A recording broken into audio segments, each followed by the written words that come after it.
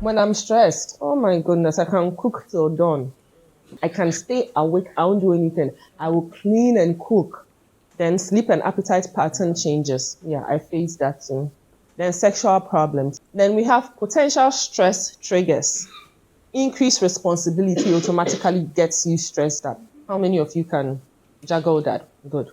Then major life changes, marriage, divorce, relationship troubles. People would ask why marriage. Marriage is a good thing, but it can get you stressed up. Then we have relocation. Relocation is stressful. I hate moving. That is stressful. Then we have natural and man-made disaster. That's very stressful, especially the unforeseen one. Then financial responsibilities, highly stressful. There are many stresses. There are religious stresses. There are so many. So I just use these ones. So we have the psychological stresses. They are events or situations that challenge an individual's mental or emotional equilibrium, dealing with a loss, family conflict. Then we have the financial stresses. Example, loans, debt, living paycheck to paycheck.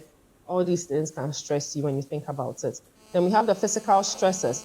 They are factors in the environment or within a person's body that causes physical strain and a stress response. Example would be natural disaster.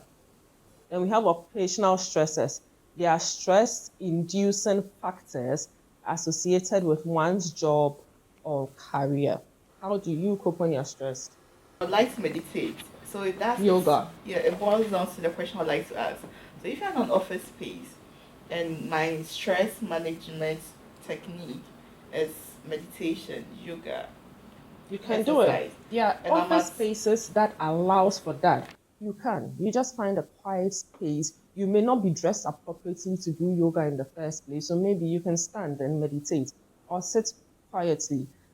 So there are negative methods that people usually go to or fall to, and honestly, this tends to add more stress. For instance, the drinking, the smoking, using of drugs, overeating, and caffeine. At the end of the day, you're still going to be stressed. The problem is still going to be there. You even end up looking more stressed. Then we have the positive coping method.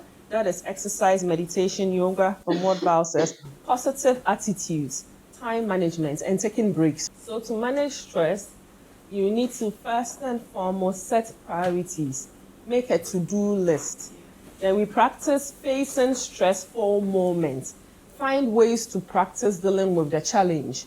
If you know that speaking in front of a group frightens you, you practice and you do away with that fear. So a person's inability to deal with stress can lead to clinical depression. Because of the sustained symptoms, the effect on the body, the mood, and the behavior is often more serious than temporal stress. That is what you call being in a state of depression.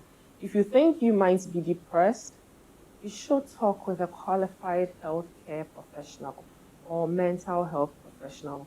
Depressed people often may not be thinking clearly and may therefore not seek help on their own. They frequently require encouragement from others, and they usually always say they don't need help. Suicide. That's severe depression. So it moves from stress to being depressed, from being depressed, then you enter into suicidal thoughts. So severe depression often manifests itself in thoughts about death or suicide or in suicide attempts. They said women are 3 times likely to attempt suicide as men. So men are 4 times as likely as women to succeed. But women are 3 times more likely than men to attempt. We usually don't have the courage to.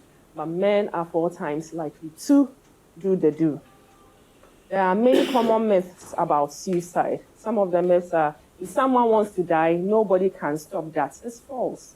If someone wants to die, we can stop it. Sometimes all the person needs is a little bit of encouragement. All the person needs is a little juggle of mind. Something, a good memory, can let a person hold on much longer.